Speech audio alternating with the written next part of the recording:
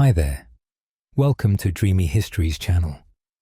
Tonight, we're slipping into the fog-wrapped streets of wartime London, where you're about to discover how desperate refugee professors became the most unlikely warriors of World War II. You can almost taste the coal smoke mixing with fear as another air raid siren wails across the Thames. Here's a reality check for you. If you'd been one of these academic refugees in 1940, there's a solid chance you'd have ended up teaching resistance fighters how to blow up bridges instead of grading term papers. So before you get comfortable, take a moment to like the video and subscribe, but only if you genuinely enjoy what I do here. I'd love to know where you're listening from tonight. Drop your location and local time in the comments below. Now, close your eyes and listen. You're standing on the rain-slicked platform at Victoria Station in November 1940. Your entire life compressed into a battered leather suitcase. The Blitz has been pounding London for 2 months now, and you can see fresh bomb damage on the terminal's glass roof. But you're not thinking about German bombs. You're thinking about the German soldiers you barely escaped. 3 weeks ago, you were Professor Schmidt, teaching medieval literature at the University of Vienna. Now you're just another nameless refugee, clutching forged papers that claim you're a Swiss textile merchant. The journey here reads like a fever dream. First, the midnight knock on your apartment door that sent you scrambling out the back window. Then the harrowing trek through forests and farmlands, guided by resistance contacts who spoke in whispers and moved like shadows. You spent a week hidden in a barn outside Zurich, memorizing your new identity while mice scurried overhead. The Swiss border guards barely glanced at your papers. Historians still argue whether they were genuinely fooled or simply chose to look the other way during those desperate early war years. London greets you with its peculiar wartime hospitality, ration cards, blackout curtains, and the constant background hum of anti-aircraft guns. You shuffle into the processing center, where a harried official stamps your documents. "Another professor," he mutters, not unkindly. "Third one today. You lot are piling up faster than we can house you."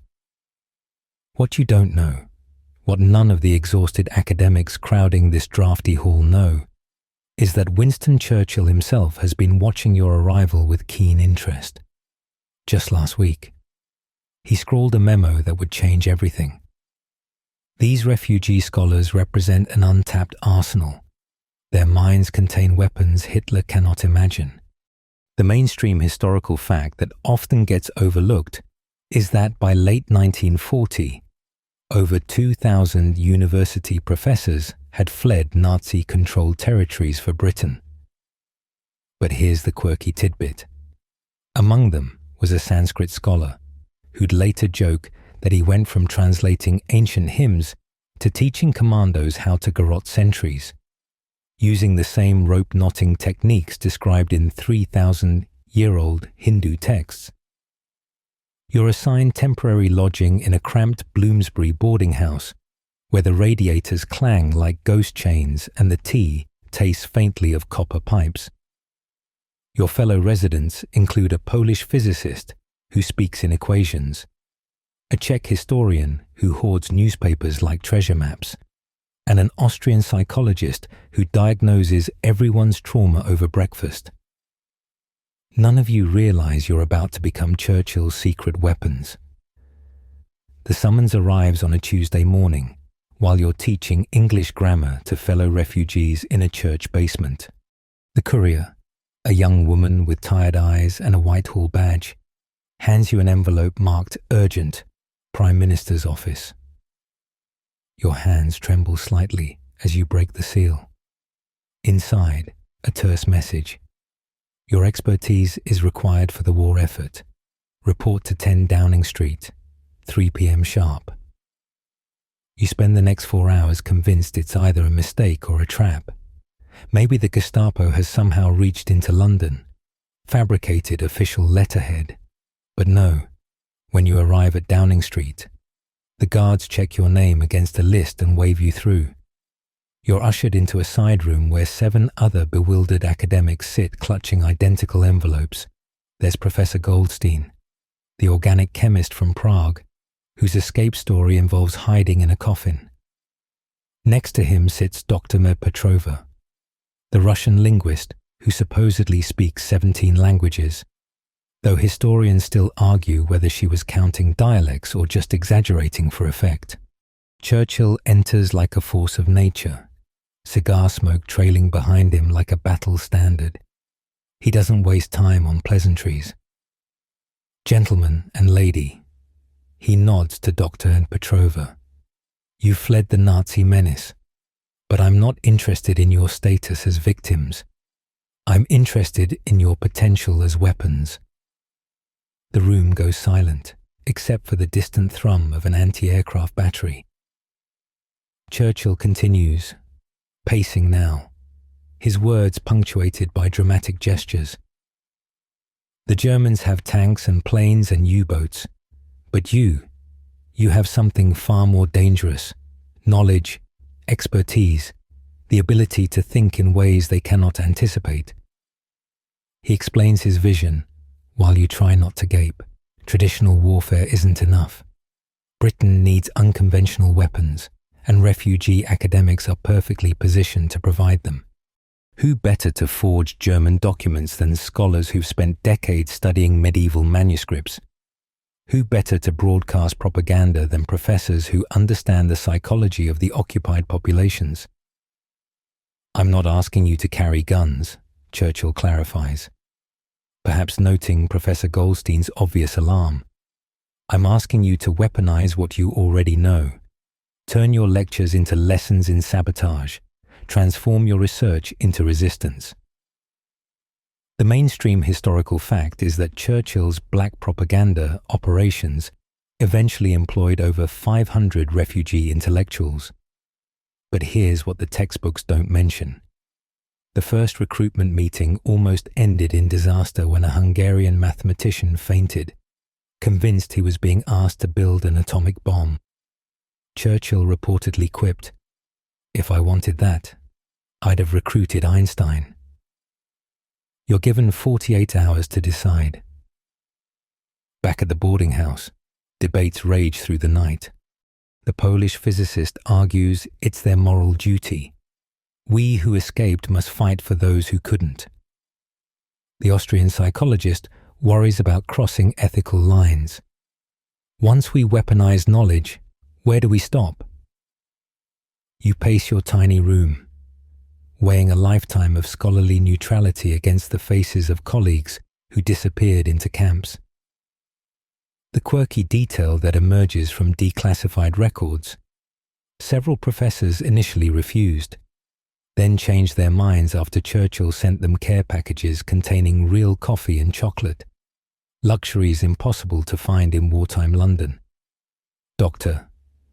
Petrova later admitted she agreed to join partly because the package included Russian tea biscuits that made her cry with homesickness.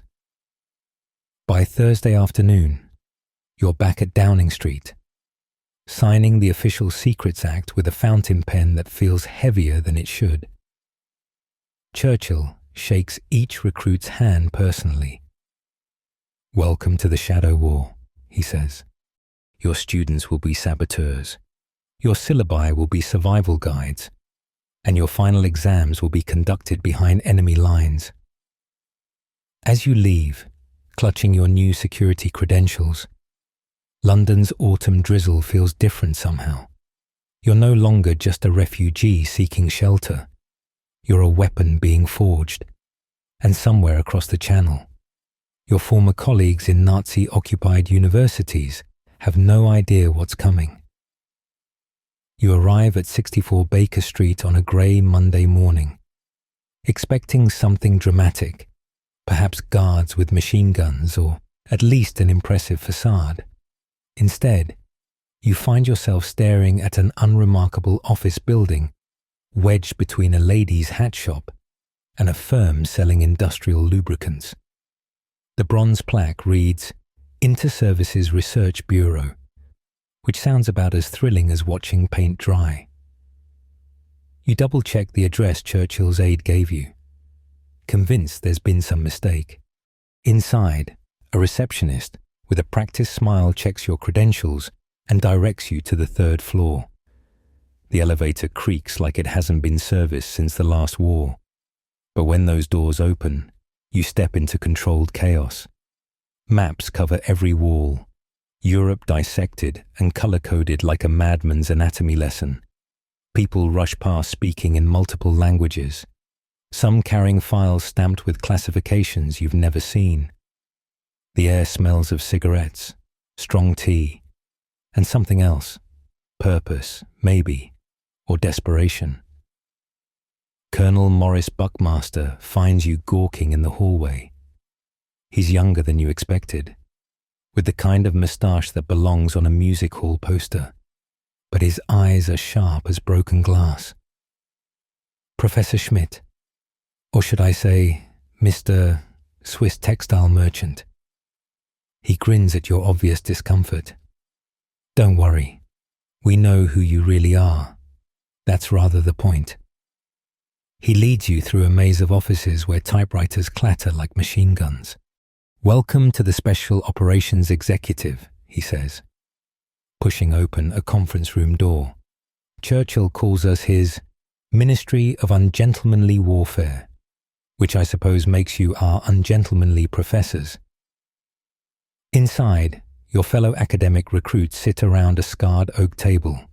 Professor Goldstein nervously cleans his glasses for the 3rd time. Dr. Petrova takes notes in what looks like a personal shorthand combining Cyrillic and mathematical symbols. The Hungarian mathematician, the one who fainted at Churchill's meeting, drums his fingers in a pattern you recognize as Fibonacci sequences. Buckmaster spreads out photographs across the table. Blown bridges, derailed trains, factories reduced to smoking rubble. This is what we do, he says simply. We set Europe ablaze, as the PM so poetically puts it. But here's the thing. Any fool can throw a grenade. What we need are people who can teach a French farmhand to build bombs from fertilizer, or show a Norwegian fisherman how to sink a battleship with nothing but industrial chemicals. The mainstream historical fact is that Baker Street eventually coordinated over 13,000 agents across occupied Europe. But the quirky detail buried in the archives. The SOE's first training manual was written by a professor of classical literature who insisted on structuring sabotage techniques like epic poetry, complete with heroic metaphors and rhythmic mnemonics. Your first assignment arrives that afternoon. You're to develop a curriculum for teaching document forgery to resistance operatives. Use whatever methods work. Buckmaster instructs. We had one professor teach lockpicking through analogies to Italian Renaissance art techniques. Another explained explosive timing using musical tempo. Get creative. The next weeks blur together in a haze of coffee and classification stamps. You work alongside the most brilliant minds you've ever encountered, all bent toward destruction. The Byzantine history professor in the next office is developing psychological profiles of Nazi commanders based on medieval siege warfare patterns. Down the hall, a team of linguists creates coded messages hidden in seemingly innocent radio broadcasts about crop yields. Historians still argue whether the SOE's academic recruitment was genius or desperation. What's certain is that by Christmas 1940, Baker Street had transformed from a conventional intelligence office into what one report called a university for ungentlemanly warfare. You've traded your tweeds for a uniform, your red pen for a codebook, but late at night, grading assassination techniques instead of essays. You sometimes wonder if you're still the same person who taught Beowulf to bored undergraduates. Remember that Sanskrit scholar mentioned earlier? He's 2 doors down, explaining to commandos how ancient Indian texts describe 64 ways to silently kill a man. Number 37 involves a silk scarf and a very specific wrist rotation. You overhear him saying cheerfully, as if discussing verb conjugations, "The classroom looks wrong." Instead of eager students with notebooks, you face a dozen hardened men who've already killed and will kill again. They slouch in their chairs at Camp X, the SOE's secret training facility in the Scottish Highlands, eyeing you with the skepticism reserved for academics who've never held anything more dangerous than a letter opener. Outside, sleet hammers against windows painted black for security. You clear your throat and begin the strangest lecture of your life. Today, we'll discuss the poetry of plastic explosives, you announce, watching their faces shift from boredom to confusion. Like a sonnet, a properly placed charge follows strict rules of rhythm and structure. Too much force in the wrong place, and you've written doggerel, too little, and your verse doesn't scan. One commando, a French docker with hands like ham hocks, actually laughs. "Professor, with respect, I don't need Shakespeare to blow up a bridge." "No," you agree, pulling out a detailed diagram. "But you do need to understand load-bearing stress points, which medieval architects called the skeleton of God's geometry. See this arch? It's held together by the same mathematical principles that govern iambic pentameter. Destroy the keystone, the stressed syllable, if you will, and the entire structure collapses into free verse. This is how you teach sabotage, through metaphor and parallel, turning destruction into an art form these men can internalize. By the session's end, that skeptical docker is calculating explosive charges while humming Shakespearean meter under his breath. The curriculum you've developed would make your old university colleagues faint. Morning lectures cover applied chemistry for field operations, essentially, how to turn everyday household items into weapons. Professor Goldstein demonstrates how combining chlorine bleach with brake fluid creates a delayed incendiary device. In Prague, we call this Czech coffee, he jokes, though his hands shake slightly as he mixes the chemicals, leaves no trace except a mysterious fire that starts 15 minutes after you've established an alibi. Afternoons bring documentary archaeology, a euphemism for forgery that would make your medieval manuscripts professor spin in his grave. You teach them to age papers using tea and cigarette ash, to replicate Nazi typewriter quirks, to forge signatures by studying them upside down to overcome muscle memory. The quirky, historical detail. One of your students, a former art forger, becomes so skilled that his fake German transit passes are actually better printed than authentic ones, forcing you to teach him to add deliberate imperfections. Dr. Petrova handles linguistic infiltration in the evenings. She's developed a method for teaching regional German dialects using drinking songs and dirty jokes.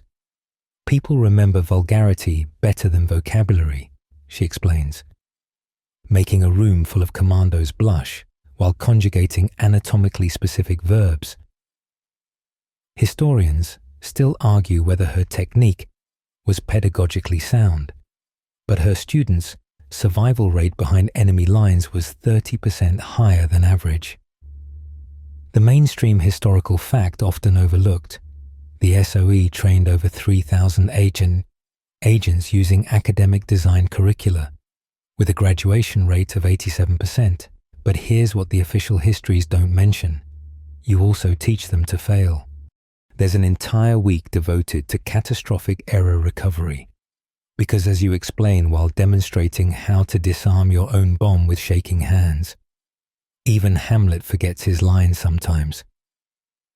Your star student is a Norwegian fisherman named Eric, who approaches explosives like he's conducting a symphony. He grasps immediately when you explain that different bridges require different musical arrangements. A stone bridge needs a bass note of heavy charges at the foundation, while a steel railway bridge requires high notes placed at stress joints. By week 3, he's composing his own demolition symphonies with an artist's flair. But it's not all successful metaphors and clever wordplay. Some nights, you lie awake wondering if you're creating scholars or monsters.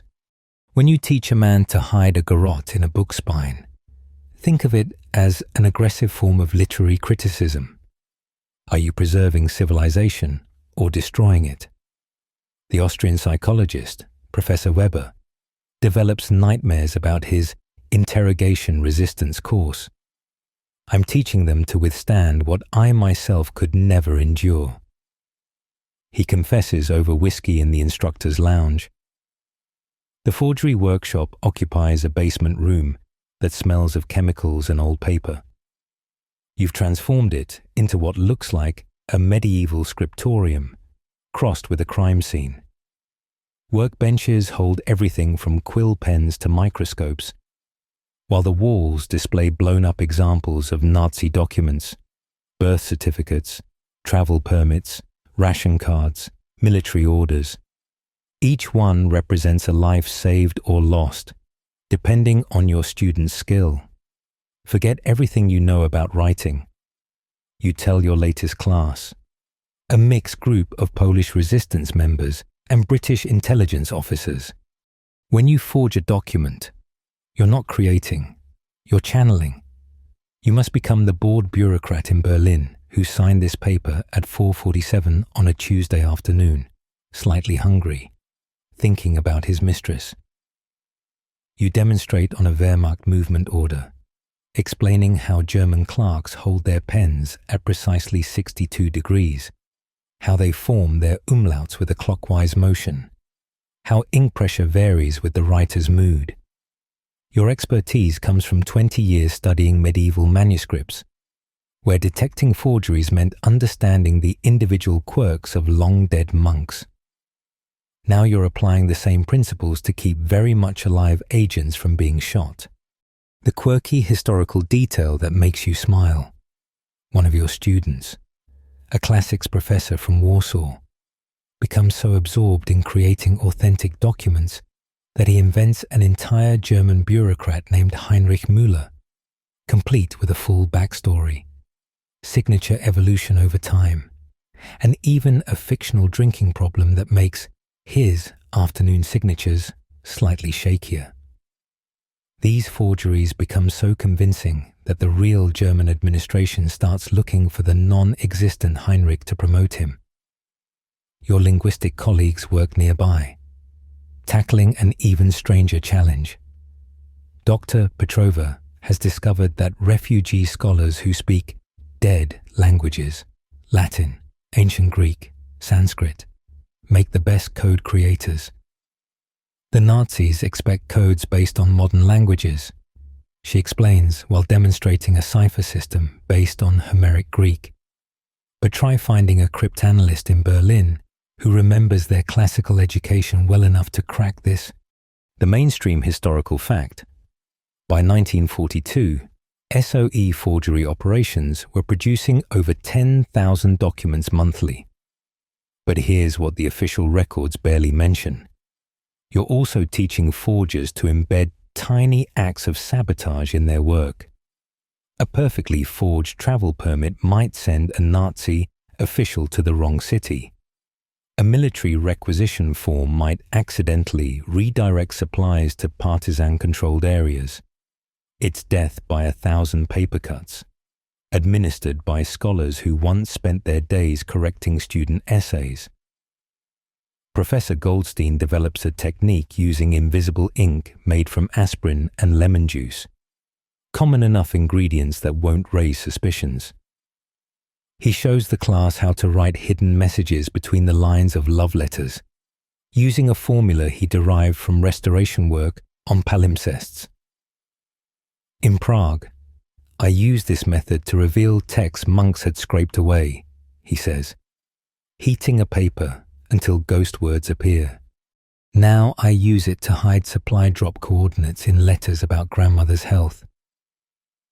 The Armenian archaeologist in your department takes document aging to an art form. He creates a tea menu for different effects.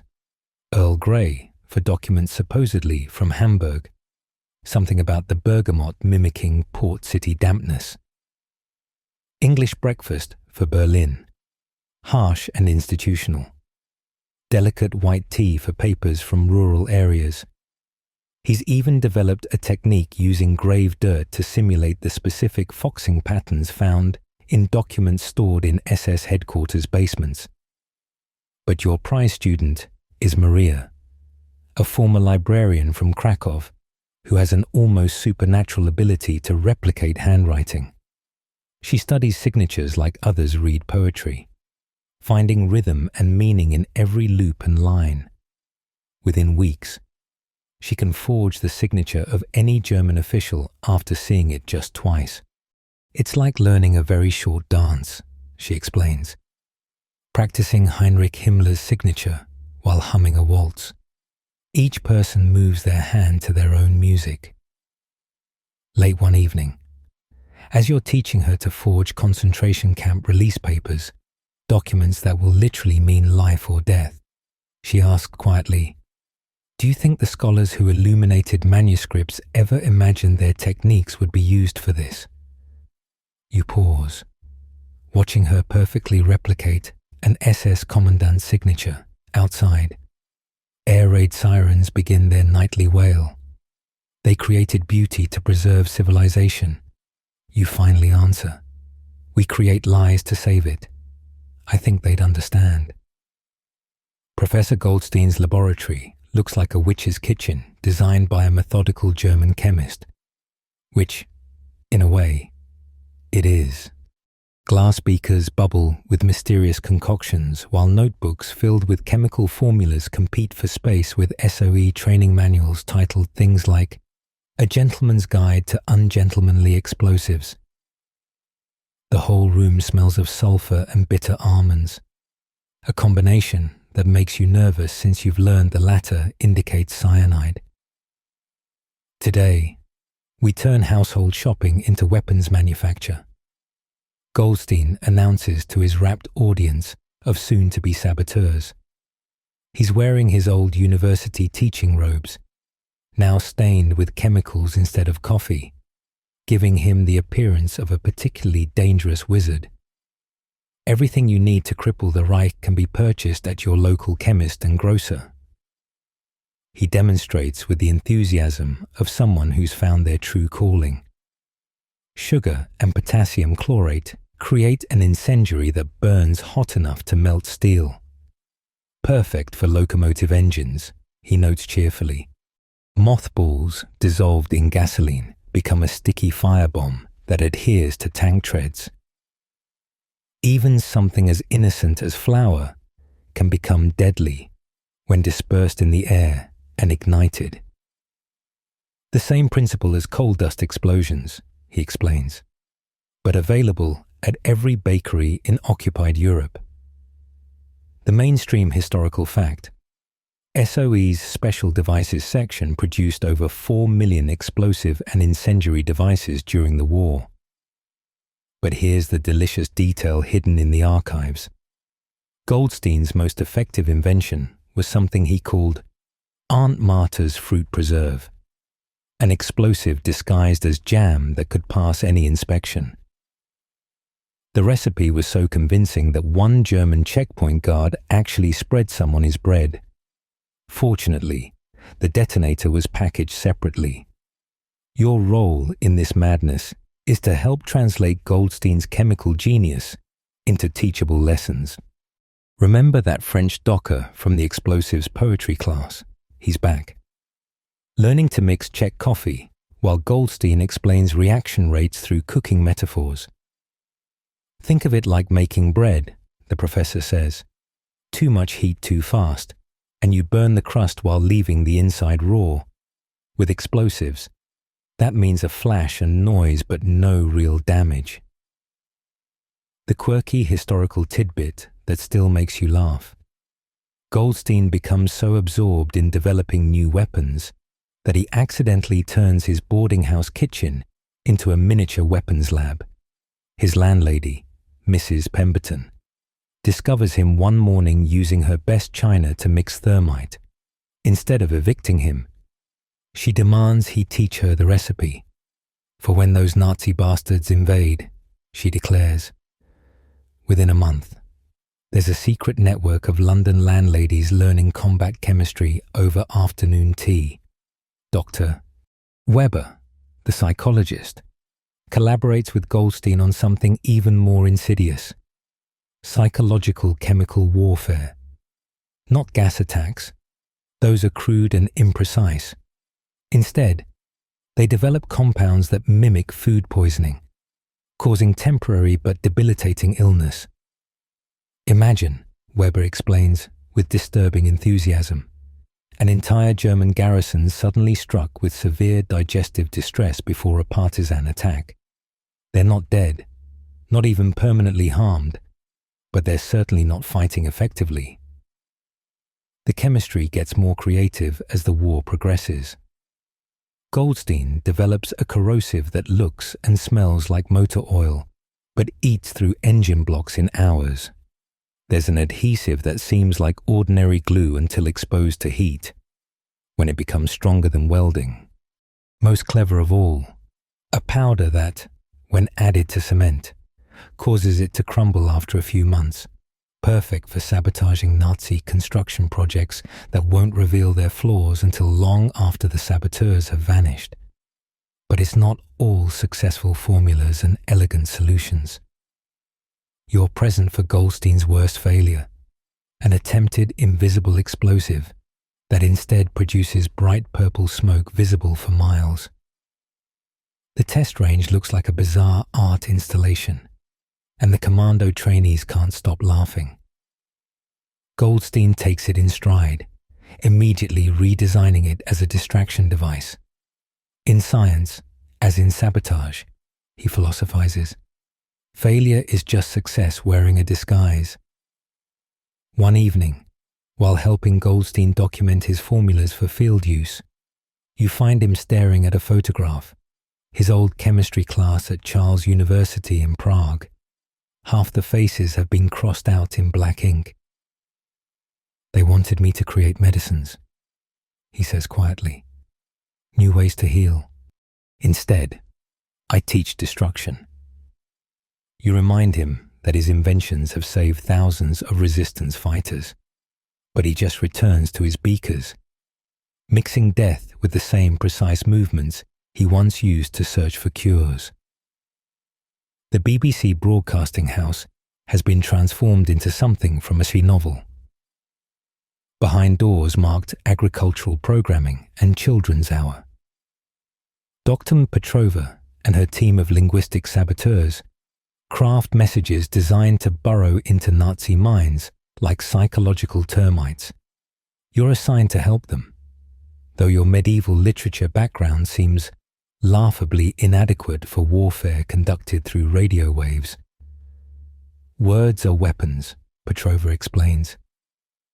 Gesturing at walls covered with charts mapping German regional dialects, generational slang, and even the speech patterns of specific Nazi officials. A properly crafted broadcast can demoralize 1,000 soldiers more effectively than a bombing raid. And unlike bombs, words leave no rubble to clear. She plays you a recording from last week, what sounds like a German housewife complaining about rationing. But Petrova points out the subtle wrongness. The accent is Bavarian, but uses Berlin grocery terms. The complaints are too specific. The background noise of children playing is actually a coded message to resistant cells. We're creating cognitive dissonance, she says.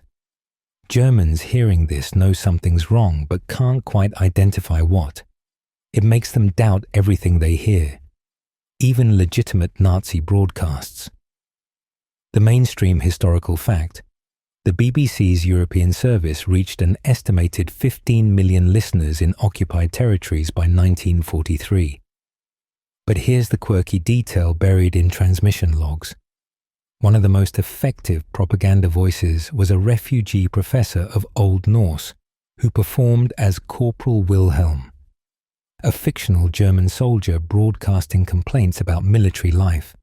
His accounts were so convincing that real German soldiers started writing to him with their own grievances, never realizing they were corresponding with Allied intelligence.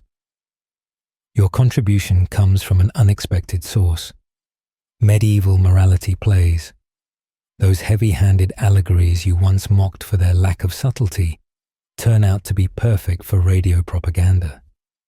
You help create Der Teufels Buchhaltung, the devil's bookkeeping, a serial drama about a German bureaucrat who slowly realizes he's documenting crimes against humanity.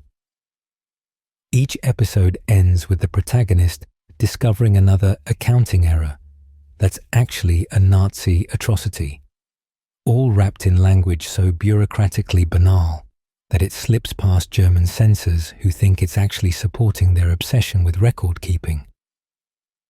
Professor Weber applies his psychology expertise to what he calls emotional frequency jamming.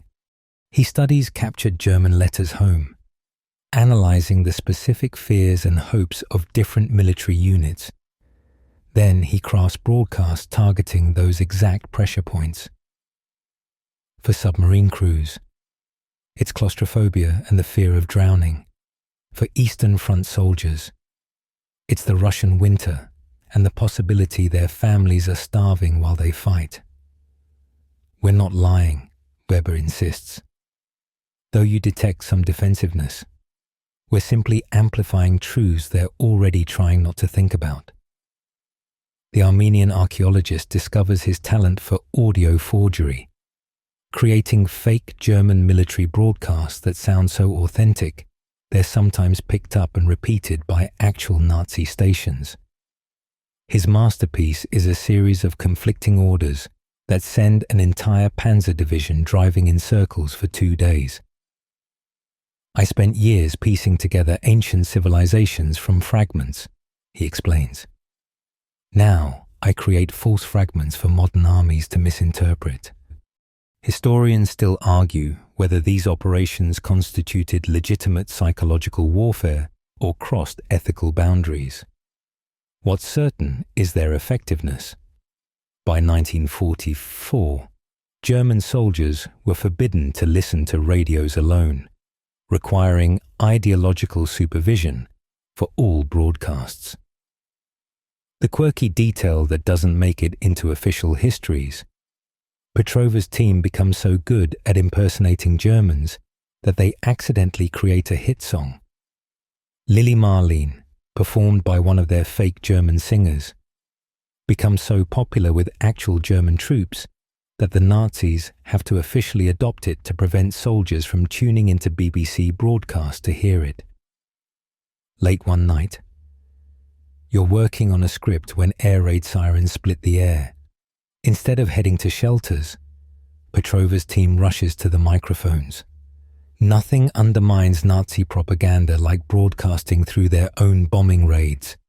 She shouts over the explosions. We're proving the BBC keeps working while Berlin sleeps safely. You help perform a bizarre radio play about medieval monks continuing to illuminate manuscripts while Vikings raid their monastery, an obvious allegory that somehow makes it past the German censors who intercept the broadcast. But the strangest moment comes when you receive a letter forwarded through Swiss intermediaries. It's from one of your former students in Vienna, now serving in the Wehrmacht. He writes that he heard your voice on a mysterious broadcast reading Beowulf in Old English, and it reminded him of better times. He doesn't know you're now teaching resistance fighters that Grendel represents fascism. You keep the letter but never reply. Another casualty of a war fought with words as much as weapons. The basement beneath Baker Street has been transformed into what looks like a demented university common room. Maps of Europe wallpaper every surface, marked with coloured pins that track resistance networks like deadly constellations. You're part of Remote Education Division, a name so bland it could refer to correspondence courses in accounting. Instead, you're teaching bomb making via coded letters and training saboteurs through smuggled textbooks disguised as recipe collections. The challenge, explains Colonel Buckmaster, pacing between tables stacked with forged documents, is maintaining educational quality when your students might be executed for taking notes. He shows you intercepted German reports. 3 resistance members in Lyon were caught with SOE training materials. They were shot within hours. So we need lessons that can be memorized, burned, and still remembered under torture. Your solution comes from medieval oral traditions. Just as ancient bards memorized entire epics, you develop mnemonic systems for resistance fighters. Sabotage techniques become folk songs. Weapons assembly instructions transform into children's rhymes. Escape routes hide within traditional stories every French grandmother tells. The quirky historical detail. One of your most successful creations is Frère Jacques fait sauter, a variation of the children's song that actually contains precise timing for railway demolition charges. Dr. Petrova coordinates with radio operators across Europe, broadcasting educational programs that sound like tedious academic lectures. Today we discuss the proper preservation of root vegetables through winter months. She drones into the microphone. But resistance members know to record the 3rd, 7th, and 11th sentences. Together, they form instructions for constructing incendiary devices from turnips and fertilizer. The mainstream historical fact: over 300 such agricultural education programs aired between 1942 and 1944, each containing hidden tactical instruction. The Polish physicist developed something even more ambitious: an entire underground university system. Using a network of couriers, dead drops, and coded advertisements in collaborationist newspapers, he coordinates classes across occupied Warsaw. Physics students learn ballistics disguised as theoretical mechanics. Chemistry pupils study explosives while supposedly memorizing the periodic table. If we're going to risk death for education, he argues, let's make it education that kills Nazis. Your strangest assignment involves creating what Buckmaster calls infectious knowledge, training materials designed to spread naturally through occupied populations. You remember how medieval manuscripts included marginalia that often became more important than the original text. So you design resistance manuals that encourage additions, modifications, local improvements. A simple pamphlet on gardening in difficult times reaches France with basic sabotage instructions. By the time copies return to London, they've grown into comprehensive guerrilla warfare guides, annotated by hundreds of anonymous hands. The Armenian archaeologist applies his excavation expertise to creating buried supply caches across Europe. But more cleverly, he develops a system for hiding training materials in plain sight. Ancient archaeologists hid knowledge in tomb paintings and pottery decorations. He hides bomb-making instructions in newspaper crossword puzzles, partisan communication codes in sheet music, assassination techniques in knitting patterns. The Germans expect hidden weapons. He explains, while demonstrating how a scarf pattern actually contains a map of Munich's sewer system. They don't expect hidden curricula. Historians still argue whether these remote education efforts significantly impacted the war. The records are deliberately fragmentary. Successful students rarely survive to write memoirs, but declassified German documents reveal increasing paranoia about terrorist universities operating under their noses. One SS report from 1943 complains that French resistance fighters seem to be following a standardized curriculum, as if attending some invisible academy of destruction. The most successful remote student you never meet. A Norwegian schoolteacher named Astrid, who transforms your medieval manuscript techniques into a network spanning the entire country. She recruits other teachers, librarians, even church organists, creating what German intelligence later calls the most educated terrorist organization in Europe. Her agents forge documents with scholarly precision, plan operations like academic symposiums, and maintain security through a system based on medieval guild structures. When she's finally captured in 1944, German interrogators are baffled to find her notebooks contain nothing but legitimate lesson plans. She's memorized everything else. But tonight, hunched over your desk creating another coded lesson, you wonder about the students you're killing. Every resistance fighter trained is also a person marked for death if caught. You're grading papers that could be death warrants, assigning homework that might orphan children. Professor Weber, working late beside you, seems to read your thoughts. We're teaching them to survive, he says quietly, in a world gone mad. That's the most important curriculum of all. Professor Károly Müller, the Hungarian mathematician who fainted at Churchill's recruitment meeting, has transformed into something unrecognizable from his former self. Where once he lectured on pure number theory, now he hunts patterns in Nazi communications with the fervor of a man possessed. His office at Bletchley Park looks like a tornado hit a library, blackboards covered in equations, paper strips hanging from every surface, and the omnipresent smell of cold tea and nervous sweat. Mathematics is the universe's language. He tells you during a rare break, his eyes bloodshot from staring at coded messages. And the Germans, in their arrogance, believe they speak it fluently, but they make mistakes, tiny, beautiful mathematical errors that sing to me like sirens. You're here because medieval ciphers, it turns out, have surprising relevance to modern cryptography. Those monks encoding religious texts to hide them from Vikings use principles that echo in Nazi encryption methods. The quirky historical detail that makes Müller laugh. The Germans base part of their cipher system on a medieval encoding method created by a Bavarian monastery, the same monastery where Müller's grandmother once worked as a cook. She used to steal their bread, he confides. Now I steal their secrets. The mainstream historical fact. Bletchley Park employed over 10,000 people at its peak, but the refugee scholars formed a unique unit. They brought linguistic diversity and cultural insights that British codebreakers, however brilliant, simply couldn't match.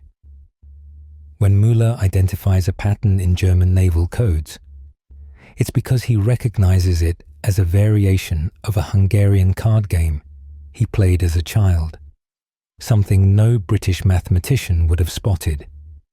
His breakthrough comes at 3 a.m. on a Tuesday. You're helping sort intercepted messages when Müller suddenly goes rigid, staring at a sequence of numbers like he's seen a ghost. Then he's moving, chalk flying across the blackboard, muttering in a mixture of Hungarian, German, and mathematical notation. They're using modular arithmetic, he breathes, but they've forgotten to account for leap years in their date-based keys. Every fourth year, their cipher weakens for exactly 72 hours. This discovery leads to what historians still argue was either brilliant intelligence work or dangerous obsession. Müller begins tracking Nazi communication patterns with actuarial precision, creating what he calls probability maps of secret intentions. He can predict where U-boats will surface based on the mathematical elegance of their route planning. Evil, he insists, is inefficient, and inefficiency leaves mathematical fingerprints. Dr. Petrova works in the neighboring hut, applying her 17 languages to crack encoded messages. But her real genius lies in understanding the human element within the mathematics. Encoding is an act of translation, she explains while showing you a decoded message about troop movements, and every translator reveals themselves through their choices. This operator favors Germanic syntax even when coding in number groups. That one has a Romance language background. See how the numerical patterns follow French grammatical structures. The Armenian archaeologist brings yet another perspective. His years piecing together dead civilizations from fragments makes him invaluable for reconstructing partially intercepted messages. It's like finding pottery shards, he says, arranging paper strips on a light table. You look for edges that fit, patterns that repeat, the ghosts of complete vessels within broken pieces. His method recovers a crucial message about V2 rocket installations from fragments that other cryptographers had declared hopeless. But it's the intersection of your medieval expertise with Müller's mathematics that produces the strangest breakthrough. You notice that German operators, when tired or stressed, fall into encoding patterns that mirror medieval scribal habits, abbreviations, shorthand, even the occasional Latin phrase. These human touches become backdoors into supposedly unbreakable ciphers. One operator consistently uses DG for Deo gratias, thanks be to God, at the end of shifts. Another replaces common German phrases with medieval Latin equivalents, probably showing off education. These quirks let you track individual operators across different stations and times. Historians still debate whether refugee scholars' contributions to ultra-intelligence significantly shortened the war. What's certain is that by 1944, Müller's unit was decoding certain German communications faster than their intended recipients. The darkly humorous detail from declassified records. One German message took so long to decode at its destination that Bletchley had already translated it, analyzed it, and implemented countermeasures before the intended German commander even read it. Late one night, as you help Müller track U-boat positions through mathematical analysis, he confesses, "I used to believe numbers were pure, untainted by human evil. Now I use them to kill. My equations sink submarines full of boys who might have been my students, or you have no answer for this, so you simply continue working, turning mathematics into warfare, one decoded message at a time." Dr. Elizabeth Hoffman was the last person you'd expect to find planning invasion routes. Before the war, she'd spent her days in dusty Viennese archives, cataloguing Renaissance frescoes and arguing about Caravaggio's use of shadow. Now she stands before a different kind of canvas, a massive wall map of Normandy's coastline, marked with medieval churches, Roman roads, and tidal patterns documented by monks 1,000 years ago. The Germans think in straight lines, she explains to a room full of Allied intelligence officers who still seem bewildered that an art historian is briefing them on military strategy. They see the shortest distance between 2 points, but medieval builders understood landscape differently. They followed water, worked with terrain, built where the land wanted them to build. You're part of her cultural intelligence unit, possibly the strangest assembly in Baker Street's strange universe. There's Dr. Romano, who spent 20 years studying Etruscan tombs and now applies that knowledge to predicting where Germans hide supply depots. Professor Chen, whose expertise in Romanesque architecture helps identify which bridges can support tank columns. Even that Sanskrit scholar has found purpose here, using ancient Indian texts about seasonal flooding to predict when certain Norman rivers become impassable. The mainstream historical fact, Operation Overlord's planning involved over 2,000 intelligence specialists analyzing every aspect of the Norman coast. But the quirky detail hiding in classified appendices, Hoffman's unit provided crucial intelligence by studying medieval pilgrimage routes. These ancient paths, worn by millions of faithful feet, offered perfect infiltration routes that German defenders had overlooked because they didn't appear on modern maps. Your contribution comes from studying medieval siege warfare. Those old Castellans knew things about defensive psychology that modern military science had forgotten. Look at Mont Saint-Michel. You tell the briefing room, pointing to the famous monastery rising from its tidal island. Medieval defenders knew that certain approaches create optical illusions, making forces appear larger or smaller. The Germans have positioned their guns using modern trigonometry, but they've ignored how morning fog pools in valleys that medieval builders specifically avoided. Hoffman's masterwork is her analysis of Norman church towers. She spent months correlating Wehrmacht observation posts with medieval bell towers, discovering that Germans consistently choose towers with specific architectural features, those built between 1150 and 1300, with southern exposure and stone stairs rather than wooden. They're unconsciously following the same logic as medieval watchmen, she explains. Once you understand the pattern, you can predict which towers they'll occupy and which they'll ignore. The Armenian archaeologist applies excavation logic to invasion planning. You don't dig randomly, he insists, showing aerial photographs annotated with soil composition data. Medieval builders knew where bedrock lay, where water tables rose, where earth could support stone. Their knowledge is written in every foundation. His analysis reveals which beaches can support heavy vehicles based on where Normans built their harbours 800 years ago. But it's Dr. Petrova who provides perhaps the most crucial intelligence. She's been analysing place names, those linguistic fossils that preserve ancient knowledge. Every Norman field name tells a story, she says, showing lists that look like poetry. Champ du Sang, Field of Blood; Côte des Morts, Coast of the Dead; Plage des Noyés, Beach of the Drowned. These aren't random. They mark where battles were fought, where ships foundered, where geography turns lethal. One beach the Allies are considering for landing is locally known as La Valeur, the Swallower. Petrova's research reveals it's named for vicious riptides that appear at exactly the tidal conditions planned for D-Day. Hoffman's unit even recruits French resistance members with highly specific knowledge. There's Marie, a Norman librarian who's memorized every local legend about hidden caves and secret passages.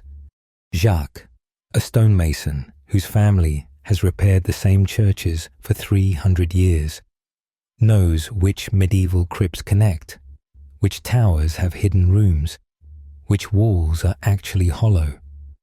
This knowledge, transmitted through centuries of craft tradition, becomes military intelligence of the highest value.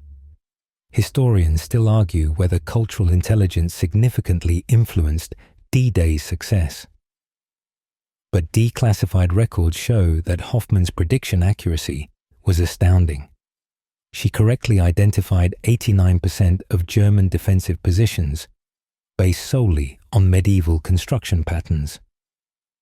The eerie detail that emerges from post-war interviews. Several German officers reported feeling like they were fighting ghosts, as Allied forces seemed to emerge from impossible routes that followed ancient paths their modern maps didn't show. The night before presenting your final invasion recommendations, you find Hoffman staring at photographs of Bayeux Cathedral. "I used to study these windows for their beauty," she says quietly. "Now I calculate which ones provide the best sniper positions. What have we become?" But then she straightens, adding another notation to her map. tomorrow. Her lifetime of studying medieval beauty will help thousands of young men survive an ugly beach. If that's what you've become, perhaps it's enough. Professor Chen's laboratory resembles a wizard's workshop where science has replaced sorcery. The Chinese physicist, who once studied the optical properties of ancient jade, now bends light itself into weapons of deception. His workbench holds an impossible collection: Ming Dynasty mirrors, prisms stolen from German periscopes, and bottles of what he calls liquid light, his own formulation of invisible ink that reveals different messages under different wavelengths. The Germans believe invisibility is about hiding. He explains while demonstrating his latest creation. But true invisibility is about controlling what is seen. He shines an ultraviolet lamp across what appears to be a blank sheet of paper. Suddenly, German text appears, a perfectly forged leave request for a Wehrmacht officer. But under infrared light, the same paper reveals entirely different content. Detailed intelligence about troop movements written in French. You're here because medieval illuminated manuscripts, surprisingly, hold keys to modern document security. Those monks who painted with gold leaf and lapis lazuli understood how different materials reflect light in unique ways. Chen applies these ancient techniques to create documents that literally change their content based on viewing conditions. The quirky historical detail. His breakthrough comes from studying a medieval psalter, where monks hid heretical texts under orthodox paintings, visible only by candlelight at specific angles. The mainstream historical fact often overlooked.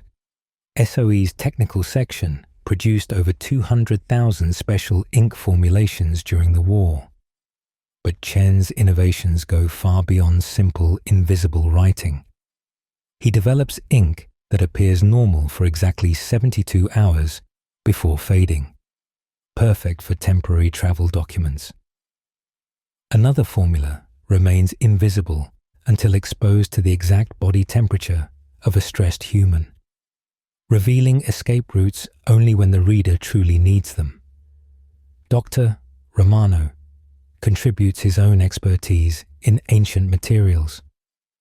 Roman concrete lasted 2,000 years because they understood chemistry we forgot, he says, mixing a batch of Chen's special ink.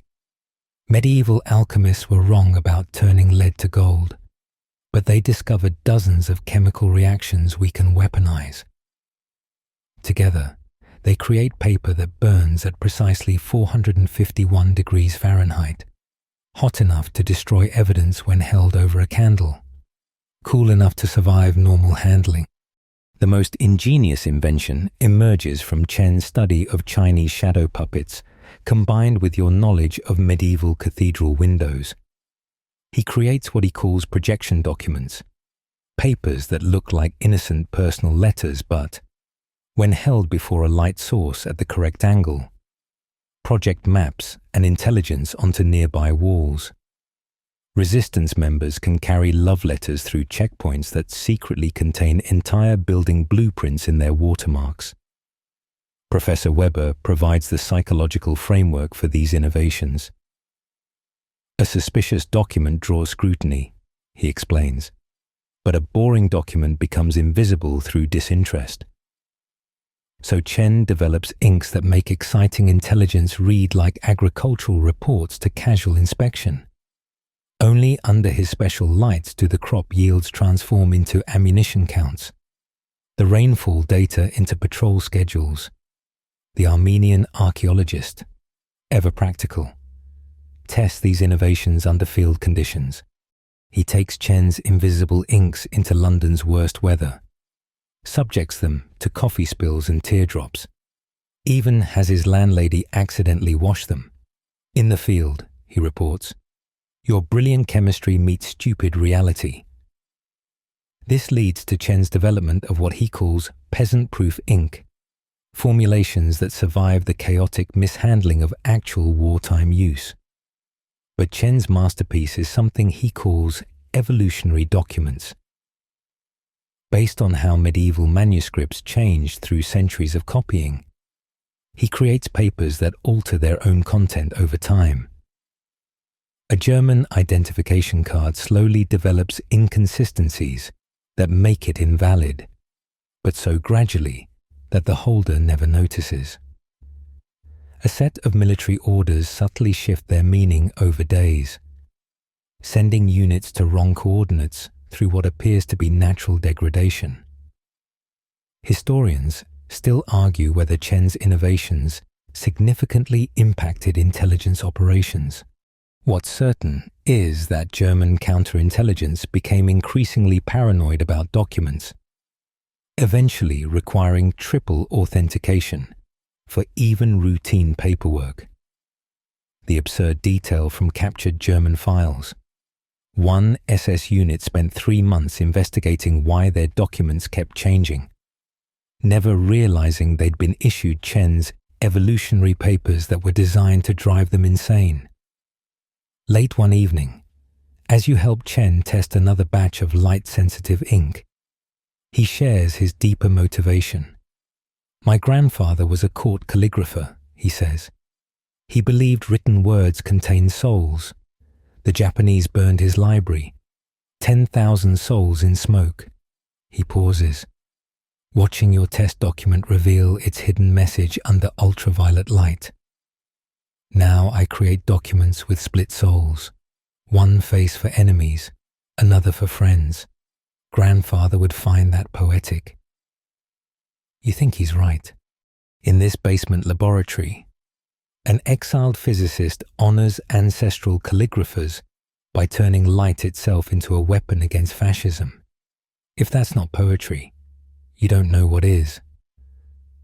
The mission briefing feels like a funeral rehearsal.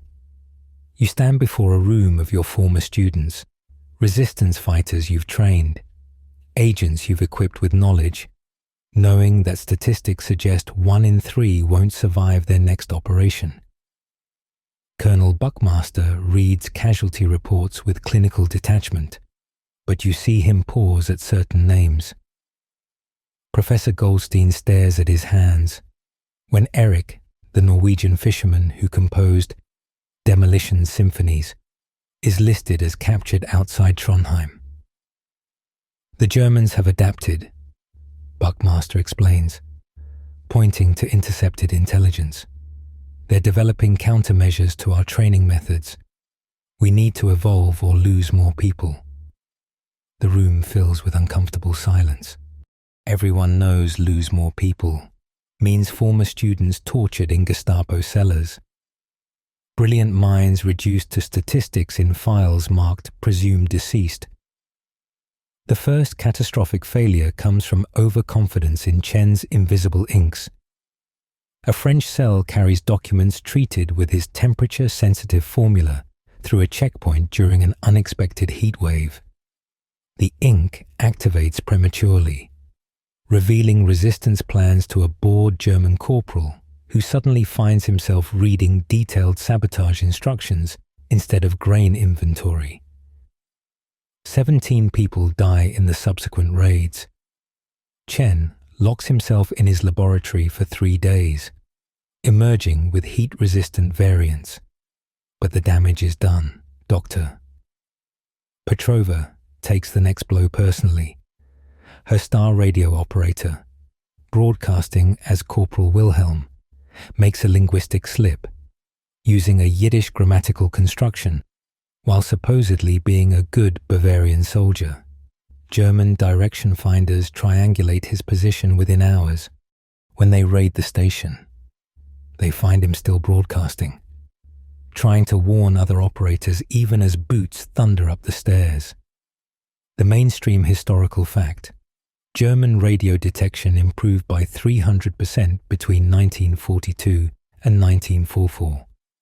The quirky, heartbreaking detail: Wilhelm's last transmission was a joke about army food, maintaining his cover to the very end. Your own students start disappearing. Maria, the librarian with supernatural handwriting abilities, vanishes after successfully forging passes for 100 escaped prisoners. The documents were perfect. Too perfect. A suspicious SS officer notices that her different signatures all have the same microscopic hesitation at the letter H. A tell so small, even she didn't know about it. You learn later she held out for 6 days under interrogation before taking her own life with a concealed cyanide capsule, one of Goldstein's more merciful inventions. The Armenian archaeologists' network collapses spectacularly when the Germans capture his boring document system. They turn it against the Allies, creating their own tediously disguised intelligence. 3 Allied units walk into ambushes because their officers couldn't believe such mind-numbing agricultural reports could hide vital warnings. "I taught them too well," he says bitterly, burning his notes on concealment through mundanity. But it's the failure of Hoffman's cultural intelligence that haunts you most. Her prediction about Norman church towers was so accurate that the Germans, capturing a careless resistance member with her notes, realize the Allies have cracked their pattern. They immediately relocate every observation post, turning her brilliant analysis into worthless paper. Worse, they begin using her own methodology against Allied forces, predicting invasion routes based on medieval logic. 23 paratroopers die landing in zones the Germans anticipate using Hoffman's own techniques. Müller suffers a nervous breakdown when his mathematical predictions lead a submarine pack directly into a trap. The Germans had finally noticed their leap year vulnerability and exploited it, feeding false information during those crucial 72 hours. He finds the error in his calculations, a single transposed digit that cascaded through thousands of computations. "One number," he whispers over and over. "One number, and they're all dead." Weber has to sedate him. He never returns to code breaking. The humbling realization spreads through Baker Street. The Germans aren't stupid. They have their own brilliant minds working to counter every innovation, predict every strategy. For every document Chen creates, German chemists develop new detection methods. For every code Petrova broadcasts, German linguists sharpen their analysis. It's an arms race of intellect, and your students are paying the price. Historians still argue whether these failures were inevitable or preventable. Declassified German documents reveal they had entire units dedicated to countering SOE training methods, staffed with their own refugee scholars who'd chosen different sides. The bitter irony: some of your innovations were countered by former colleagues who'd fled to Switzerland instead of Britain, working for whoever paid them. But perhaps the most painful failure is the one you only learn about after the war. Remember that letter from your former student in Vienna, serving in the Wehrmacht? He was executed for treason 2 weeks after writing it. The Gestapo found your old university lectures in his footlocker, marked with notes comparing Beowulf to resistance tactics. Even from London, even unknowingly, you'd killed one of your own students. The knowledge sits in your stomach like Chen's most corrosive acid, dissolving something you'll never get back. June 5th, 1944. The basement of Baker Street thrums with controlled chaos. You haven't slept in 48 hours. None of you have. Hoffman's Cultural Intelligence Unit works alongside Müller's recovered mathematics team. Chen's laboratory runs triple shifts. And even the Sanskrit scholar translates German intercepts with trembling hands. Everyone knows without being told. Tomorrow is the day that justifies or damns everything you've done. Final briefing, Buckmaster announces, his voice hoarse from endless meetings.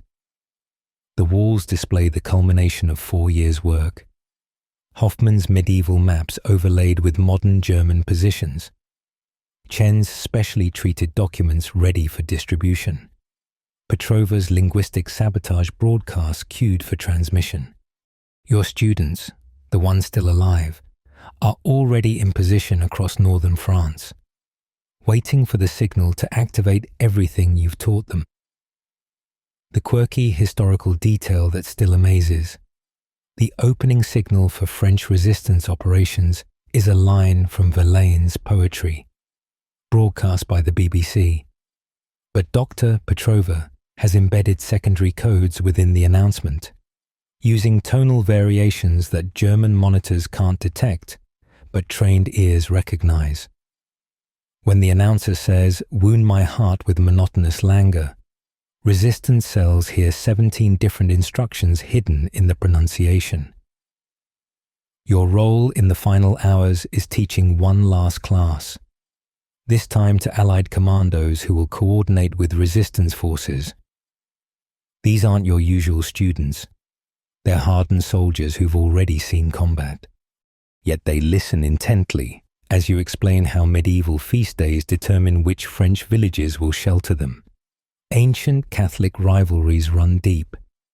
Which Norman dialects to fake if captured, the ones German interrogators can't properly distinguish, and how to recognize resistance members by chalk marks based on medieval Mason symbols. Hoffman provides what might be the invasion's strangest intelligence. She's identified 17 Norman churches where German observers have accidentally positioned themselves in acoustic dead zones, architectural quirks that make it impossible to hear approaching aircraft from certain directions. Medieval builders created these spaces for contemplation, she explains. Now they'll provide cover for paratroopers. The sacred becoming tactical, sanctuary becoming strategy.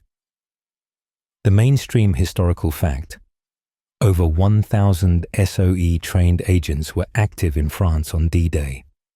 But here's what official histories minimize. The refugee scholars' network extends far beyond trained agents.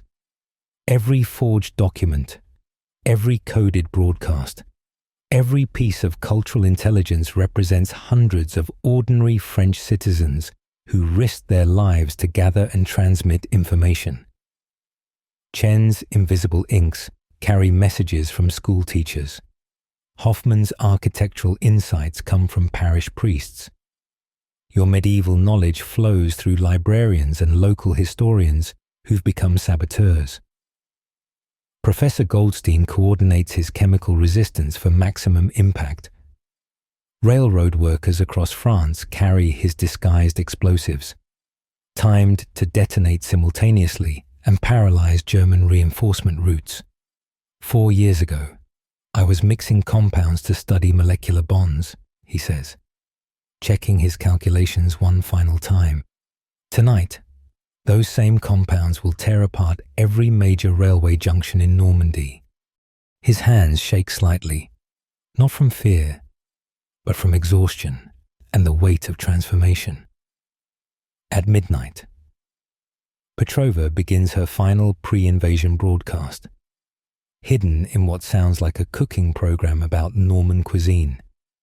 She transmits activation codes to dozens of resistance cells. When preparing traditional apple tart, she says calmly, timing is essential. Begin at dawn for best results. Across France, resistance fighters hear the real message. Commence operations at first light. The Armenian archaeologist has one last contribution. He's mapped every Norman hedgerow based on medieval property boundaries, predicting where German forces will establish defensive positions.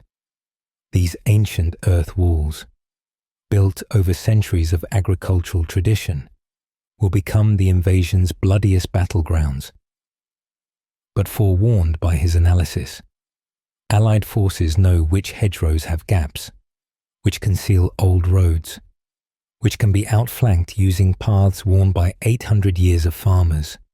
As dawn approaches on June 6th, you stand on Baker Street's roof with your colleagues, watching the sky fill with aircraft heading south. Each plane carries men whose survival might depend on something you taught. Some document Chen created.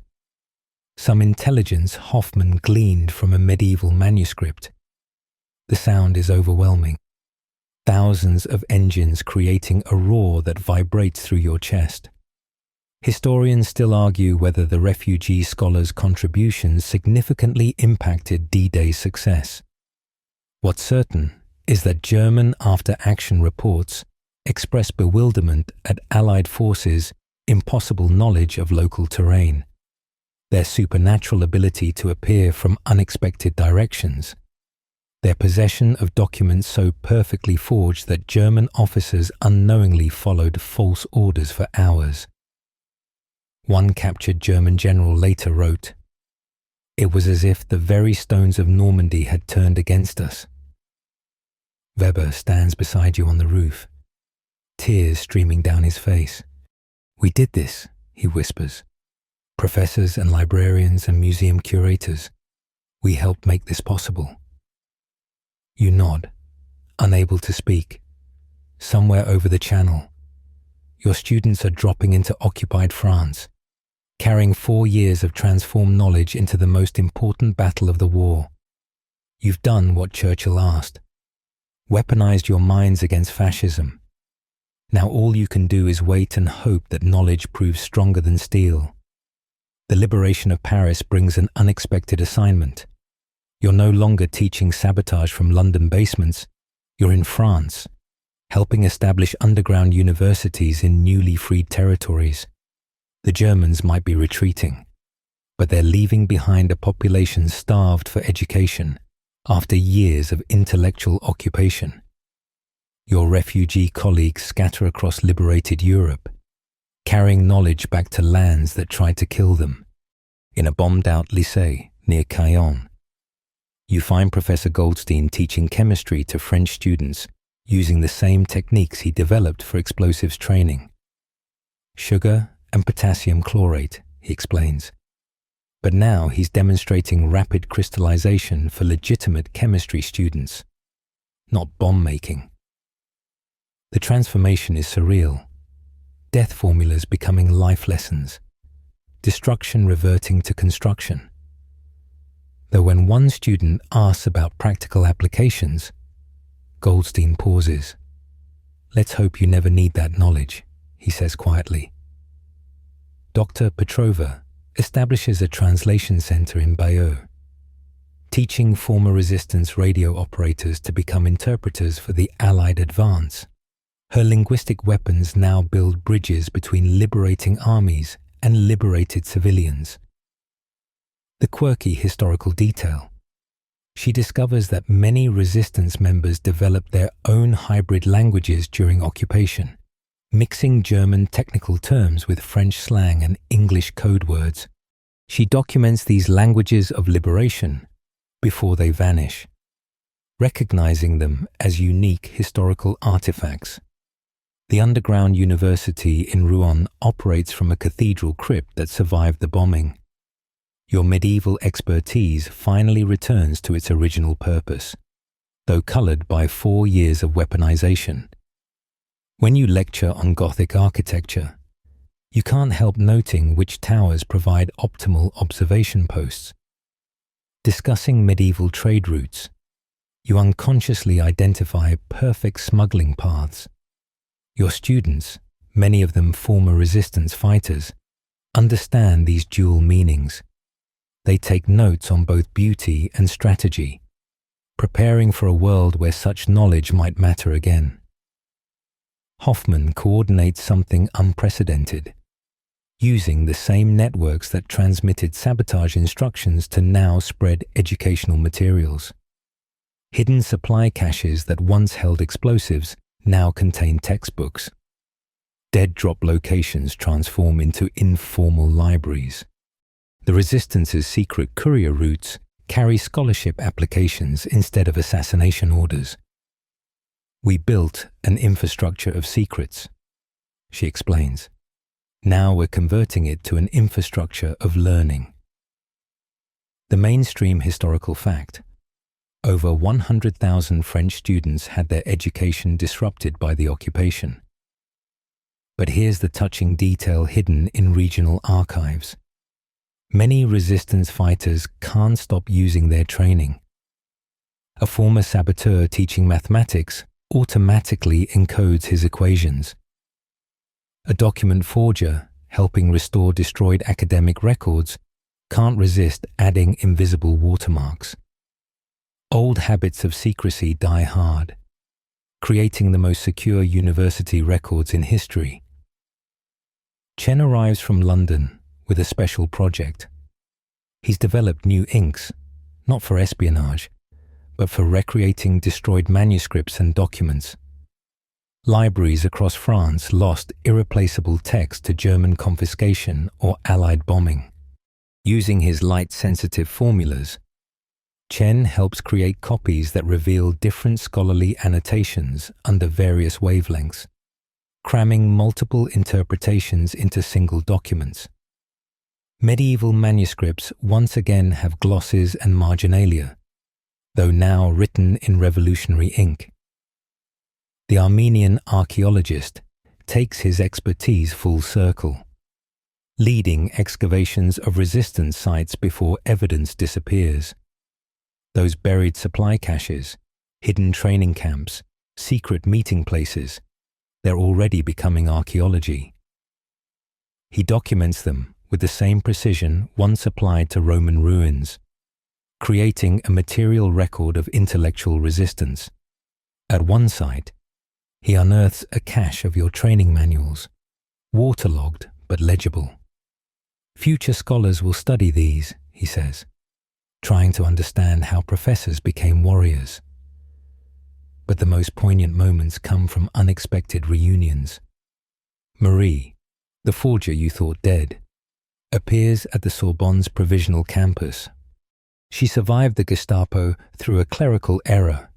They confused her with another Maria and interrogated the wrong woman for weeks. Now she teaches paleography, though her hands shake when handling German documents. Eric, the Norwegian fisherman, limps into a lecture on medieval poetry. He lost 3 fingers to frostbite during his escape, but insists he can still demonstrate explosive timing by tapping out iambic pentameter. Historians still argue whether these underground universities significantly impacted post-war reconstruction. What's certain is their psychological importance. After years of intellectual starvation, communities devour education with desperate hunger. Your classes overflow with students of all ages, former soldiers learning alongside housewives, resistance fighters sitting beside collaborators' children, all united in reclaiming knowledge the Nazis tried to steal. Weber establishes the strangest program: group therapy sessions disguised as philosophy seminars. He helps former resistance members process their actions through discussions of medieval just war theory. Thomas Aquinas never imagined applying his principles to sabotage operations, he notes, but moral philosophy adapts to its times. These sessions become legendary, places where killers discuss ethics, where warriors debate the morality of necessary violence, where professors who weaponize knowledge grapple with what they've done. Teaching in liberated France, surrounded by rubble and redemption, you realize your wartime transformation can't be undone. Every lesson carries echoes of its weaponized version. Every student reminds you of ones who didn't survive. But perhaps that's fitting. Education born from resistance carries special weight. Knowledge paid for in blood demands deeper respect. Your underground universities aren't just replacing what was destroyed. They're creating something new, scholarship that remembers its own capacity for both creation and destruction. The London Symposium of 1965 wasn't supposed to happen. For 20 years. The Official Secrets Act kept your wartime work buried deeper than any medieval manuscript. But someone in Whitehall finally decided that stories of professors becoming weapons could inspire rather than compromise. So here you sit, greying and haunted, in a lecture hall filled with young academics who think espionage involves tuxedos and martinis, not invisible ink made from aspirin and the screams of captured students. Colonel Buckmaster, retired now but still sharp as broken glass, introduces the panel. These scholars answered their generation's call, he says simply. They transformed knowledge into survival, education into resistance. Their story deserves telling, even if parts remain classified. The audience applauds politely, having no idea what those classified parts cost in nightmares and survivor's guilt. Professor Goldstein speaks first, his hand steadier now but his voice carrying weight. He tells sanitized versions of his chemical weapons, carefully omitting formulas that still work too well. We joke now about publish or perish, he says, but we lived it literally. Every formula I developed saved lives and ended others. I still don't know the final count for either column. The young professors shift uncomfortably, perhaps beginning to understand this isn't entertainment. The mainstream historical fact finally emerging. Over 2,000 refugee academics contributed to Allied intelligence efforts. But the quirky detail that makes the audience gasp: many continued their academic research throughout the war. Muller published papers on number theory between breaking Nazi codes. Hoffman wrote art criticism while planning invasion routes. Chen submitted physics journals between developing invisible inks. Scholarship was our anchor, Petrova explains. Without it, we'd have become only weapons. The questions from the audience reveal how little they understand. A young historian asks if you ever regretted abandoning pure scholarship for war work. You want to laugh, or maybe cry. Instead, you explain patiently that scholarship itself became warfare. Every medieval text you'd studied prepared you for forgery. Every lecture you'd given taught you to teach others. The war didn't abandon your scholarship. It weaponized it, revealed its latent power for both creation and destruction. Dr. Weber, hair white now but eyes still penetrating, discusses the psychological aftermath none of them expected. We prepared for death, for failure, for capture, he says. We didn't prepare for survival, for decades of remembering students who didn't come back, innovations that killed, knowledge that couldn't be unweaponized. He spent 20 years treating other veterans, but physician heal thyself remains beyond reach. The Armenian archaeologist brings artifacts, not ancient pottery but wartime creations. Chen's invisible inks, now visible under museum lights.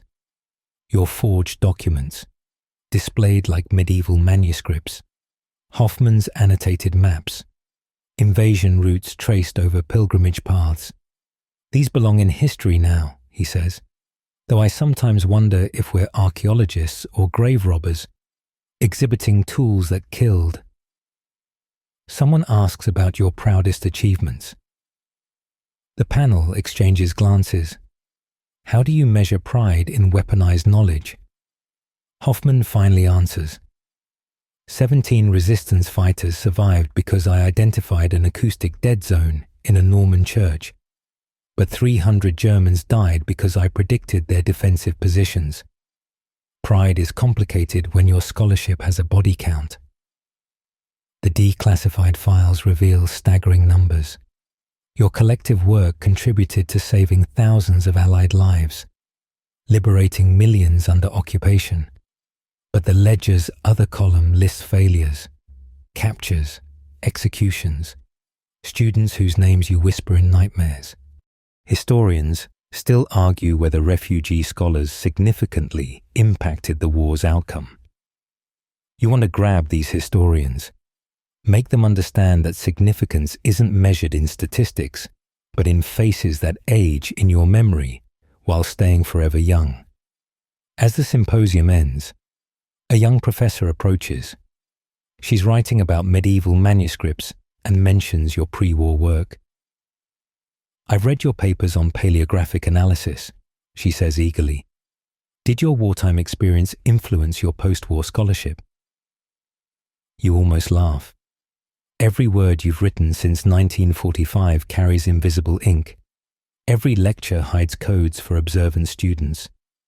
You see sabotage in scholarship, weapons in words, resistance in every text.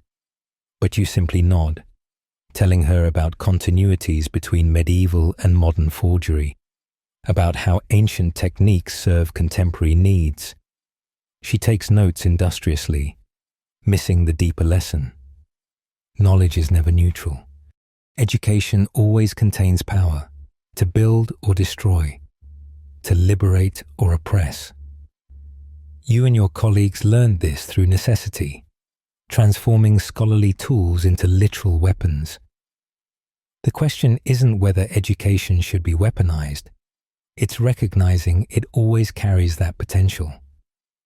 The train back to Cambridge carries you through London neighbourhoods rebuilt from rubble, like your own reconstruction, professor reassembled from weapon, scholar salvaged from spy. But the transformation remains. In every student, you see potential resistance fighters. In every manuscript, possible codes. In every lecture, lessons that could save or damn. This is your legacy. Not just the war you helped win, but the permanent knowledge that minds themselves are the ultimate weapons. Weber sits across from you, reading student papers with the same intensity once applied to interrogation resistance. You're all still teaching, still researching, still pretending academia exists separate from its applications. But you know better. You've seen knowledge bare its teeth, watched education kill, felt scholarship save lives. The young professors at the symposium will discover this eventually, when their generation's crisis arrives. Until then, you carry these secrets like Chen's invisible ink, hidden in plain sight, waiting for the right light to reveal their truths. And sometimes, late at night in your Cambridge study, you swear you can still smell cordite mixed with old paper, hear explosions punctuating lectures, feel the weight of weapons forged from words. The war ended 20 years ago. Your transformation never will. As this story of remarkable transformation draws to its close, let the rhythms of your breathing slow like a medieval scribe setting down his quill after a long day's illumination. The refugee professors have returned to their quiet studies, their secrets folded away like precious manuscripts in hidden archives. You've witnessed how desperate times can transform gentle scholars into unlikely warriors, how knowledge itself becomes a form of resistance when freedom is threatened. But now, in this peaceful moment, let those intense wartime memories fade into the soft distance of history. Think of Professor Goldstein, finally able to teach chemistry without calculating explosive yields, his hands steady again as they guide students through innocent experiments. Picture Dr. Petrova in her evening years, teaching grandchildren the 17 languages she speaks, no longer encoding secrets, but sharing the pure joy of communication. Imagine Chen's laboratory, where light bends now only to reveal nature's beauty, not to conceal resistance messages. These brilliant minds found their way back to wonder, carrying their wartime scars but not letting those wounds define their remaining years. Let your own thoughts settle like dust motes in a library's afternoon sunlight, drifting down through golden air to rest on peaceful shelves. The thunderous engines over the channel have long since faded. The code machines are silent. The basement classrooms of Baker Street exist now only in memory. They're urgent lessons absorbed into history's vast curriculum. You're safe in your own bed, in your own time, where knowledge serves gentler purposes and professors wage only intellectual battles in academic journals. Your breathing deepens, matching the slow rhythm of waves against Norman beaches that once knew invasion, but now know only tourists and children building sandcastles. The stories of sacrifice and transformation dissolve into dreams, where medieval manuscripts might still hide secrets, but only beautiful ones, where invisible ink reveals only poetry, where the greatest danger is falling asleep over a particularly dense historical text. Rest now, knowing that the courage of those unlikely warriors helped ensure that you can sleep peacefully, that knowledge remains free to pursue truth rather than serve tyranny. Their legacy lives on not in weapons but in the simple freedom to learn, to teach, to think without fear. Let their story carry you into gentle dreams where libraries are sanctuaries, where professors are only professors, where the most explosive thing in a chemistry class is a child's delighted laughter at a successful experiment.